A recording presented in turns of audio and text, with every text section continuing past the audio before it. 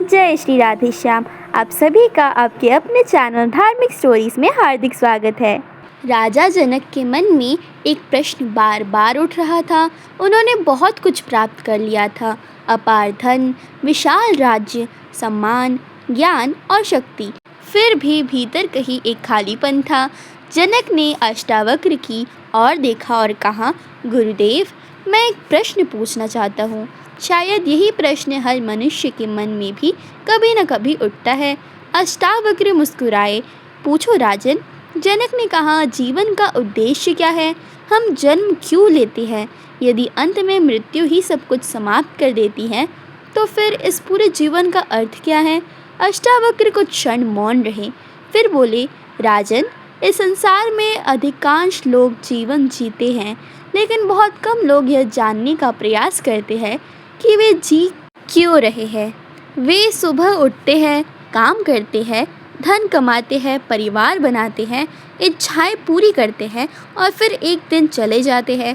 लेकिन जिस प्रकार कोई यात्री बिना गंतव्य जाने यात्रा कर रहे तो वह भटक जाएगा, उसी प्रकार उद्देश्य को जाने बिना जीवन भी भटकाव बन जाता है। जनक ने पूछा, तो क्या जीवन का उद्देश्य धन कमाना नहीं है? अष्टावक्र बोले, यदि धन ही उद्देश्य होता तो संसार के सबसे धनी लोग सबसे अधिक संतुष्ट होते, लेकिन ऐसा नहीं है। धन आवश्यक है पर उद्देश्य नहीं। धन साधन है, साध्य नहीं।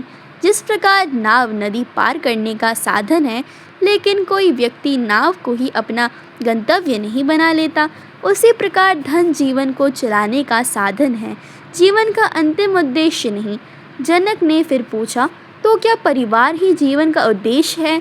अष्टावक्र बोले, परिवार जीवन का एक सुंदर भाग है, लेकिन उद्देश्य नहीं, क्योंकि एक दिन बच्चे बड़े होकर अपने मार्ग पर चले जाते हैं, संबंध बदल जाते हैं, शरीर बदल जाता है, परिस्थितियाँ बदल जाती हैं। यदि बदलने वाली किसी वस्तु को ही उद्देश्य बना लिया जाए तो उसके बदलते ही जीवन अर्थहीन लगने लगता है। अष्टावक्र ने आगे कहा, राजन, मैं तुम्हें एक छोटी सी कथा सुनाता हूँ। एक व्यक्ति को जंगल में एक सुंदर दीपक मिला। उसने उसे अपने घर में रखा और उसकी रोशनी में सब काम करने लगा। धीरे धीरे वो दीपक से इतना जुड़ गया कि उसे लगा यही उसका जीवन है। एक दिन दीपक बुझ गया। वो रोने लगा, टूट गया, निराश हो गया। तभी एक वृद्ध संत ने कहा, मूर्ख, दीपक का उद्देश्य तुम्हें प्रकाश देना था, स्वयं दीपक बन जाना नहीं। संसार की हर वस्तु दीपक की तरह है। वो तुम्हारे जीवन को सहारा दे सकती है, लेकिन तुम्हारा अंतिम उद्देश्य नहीं बन सकती। जनक ध्यान से सुन रहे थे। उन्होंने पूछा, यदि धन नहीं, परिवार नहीं, सम्मान नहीं, तो फिर उद्देश्य क्या है? अष्टावक्र बोले, पहले ये समझो कि समस्या कहाँ से शुरू होती है। मनुष्य जीवन भर बाहर खोजता रहता है, सुख बाहर, शांति बाहर, सम्मान बाहर, प्रेम बाहर और अंत में परमात्मा भी बाहर। लेकिन जिसने खोज करनी है वह स्वयं को कभी नहीं खोजता। यही सबसे बड़ा भ्रम है। जनक ने पूछा, क्या स्वयं को जानना ही जीवन का उद्देश्य है? अष्टावक्र ने कहा, हाँ राजन, लेकिन स्वयं को जानना केवल शब्द नहीं है। अधिकांश लोग अपने नाम को स्वयं समझ लेते हैं, अपने शरीर को स्वयं समझ लेते हैं, अपने विचारों को स्वयं समझ लेते हैं, लेकिन यह सब बदलते रहते हैं। जो बदल रहा है वो तुम नहीं हो सकती। तुम वो हो जो इन सब परिवर्तनों को देख रहे हो। जनक ने कहा, मैं पूरी तरह नहीं समझ पाया। अष्टावक्र मुस्कुराए। एक उदाहरण से समझो। जब तुम छोटे थे तुम्हारा शरीर अलग था, युवा हुए शरीर बदल गया, आज शरीर फिर अलग है, लेकिन भीतर जो अनुभव कर रहा है कि मैं वही हूँ, वो कौन है? शरीर बदला पर वो नहीं, भावनाएं बदली पर वो नहीं बदला। वही तुम्हारा वास्तविक स्वरूप है। उसे जानना ही जीवन का उद्देश्य है। जनक कुछ देर सोचते रहे, फिर बोले, लेकिन गुरुदेव, यदि आत्मज्ञान ही उद्देश्य है तो संसार में कर्म क्यों करें? अष्टावक्र बोले, क्योंकि आत्मज्ञान संसार से भागना नहीं सिखाता, वो संसार को सही दृष्टि से देखना सिखाता है। एक अभिनेता मंच पर अभिनय करता है। उसे पता होता है कि वह वास्तव में राजा नहीं है, फिर भी वह राजा की भूमिका पूरी निष्ठा से निभाता है, क्योंकि उसे भूमिका और वास्तविकता का अंतर पता है। आत्मज्ञान भी ऐसा ही होता है, वो जीवन की भूमिकाएं निभाता है लेकिन उनसे बंधता नहीं। जनक ने पूछा, तो क्या जीवन का उद्देश्य केवल स्वयं को जानना है? अष्टावक्र बोले, स्वयं को जान लेने के बाद जो जीवन जिया जाता है वही सच्चा जीवन है। जब कर्म बोझ नहीं लगते, संबंध कैद नहीं लगते, परिस्थितियां शत्रु नहीं लगती, क्योंकि तब मनुष्य जान जाता है कि उसका अस्तित्व इन सबसे बड़ा है। कुछ क्षण मौन रहा, फिर जनक ने एक और प्रश्न किया, गुरुदेव, यदि यही उद्देश्य है तो अधिकांश लोग इसे समझ क्यों नहीं पाते? अष्टावक्र बोले, क्योंकि मनुष्य उत्तर सुनना चाहता है लेकिन स्वयं को देखना नहीं चाहता। उसे संसार को बदलना आसान लगता है, स्वयं को देखना कठिन। वो हजारों लोगों की गलतियां देख सकता है लेकिन अपने मन की चालाकियां नहीं। यही कारण है कि सत्य सामने होते हुए भी दिखाई नहीं देता।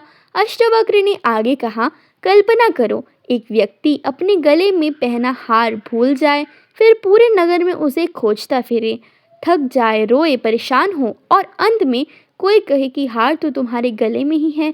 क्या उस क्षण उसे नया हार मिलेगा? नहीं, जो पहले से था केवल उसका बोध होगा। आत्मज्ञान भी ऐसा ही है। तुम्हें कुछ नया प्राप्त नहीं करना, केवल यह जानना है कि तुम वास्तव में कौन हो। जनक ने कहा, यदि ऐसा है तो फिर लोग इतने दुखी क्यों है? अष्टावक्र बोले, क्योंकि वे स्वयं को उस चीज से जोड़ लेते हैं जो बदलने वाली है। जो शरीर से जुड़ता है वो बुढ़ापे से दुखी होगा, जो धन से जुड़ता है वो हानि से दुखी होगा, जो सम्मान से जुड़ता है वह अपमान से दुखी होगा, लेकिन जो अपने वास्तविक स्वरूप को जान लेता है उसका केंद्र इन सब के पार चला जाता है। जनक ने पूछा, क्या इसका अर्थ है कि जीवन में लक्ष्य नहीं रहने चाहिए? अष्टावक्र बोले, नहीं राजन, लक्ष्य रखो, सपने देखो, कर्म करो, सफल बनो, लेकिन यह मत भूलो कि यह सब जीवन का हिस्सा है, जीवन का उद्देश्य नहीं। उद्देश्य वो है जो सफलता और असफलता दोनों में बना रहे, जो जन्म और मृत्यु दोनों में बना रहे, जो हर परिवर्तन के बीच अपरिवर्तित रहे, और वो तुम्हारा साक्षी स्वरूप है। रात्रि और गहरी हो चुकी थी, हवा धीरे धीरे बह रही थी। जनक की आंखों में अब पहले जैसे बेचैनी नहीं थी। उन्होंने धीरे से पूछा, गुरुदेव, यदि मैं एक वाक्य में पूछूं तो जीवन का उद्देश्य क्या है? अष्टावक्र ने शांत स्वर में उत्तर दिया, जीवन का उद्देश्य स्वयं को जानना है और स्वयं को जानकर इस संसार में जागरूकता, प्रेम और शांति के साथ जीना है। ना संसार से भागना, ना संसार में खो जाना, बल्कि संसार के बीच रहकर अपने वास्तविक स्वरूप को पहचान लेना। जनक मौन हो गए, मानो वर्षों से भटकता हुआ प्रश्न आज अपना उत्तर पा चुका हो। आकाश में वही तारे थे, महल भी वही था, संसार भी वही था, लेकिन देखने वाले की दृष्टि बदलने लगी थी। और जब दृष्टि बदल जाती है तब वही जीवन जो पहले एक बोझ लगता था एक अद्भुत अवसर बन जाता है। स्वयं को जानने का अवसर, सत्य को पहचानने का अवसर, और उसी में छिपा है जीवन का वास्तविक उद्देश्य। अगर आपको ऐसे वीडियोस पसंद है तो हमारे चैनल को सब्सक्राइब कर लीजिए, वीडियो को लाइक कर दीजिए। जय श्री राधे श्याम।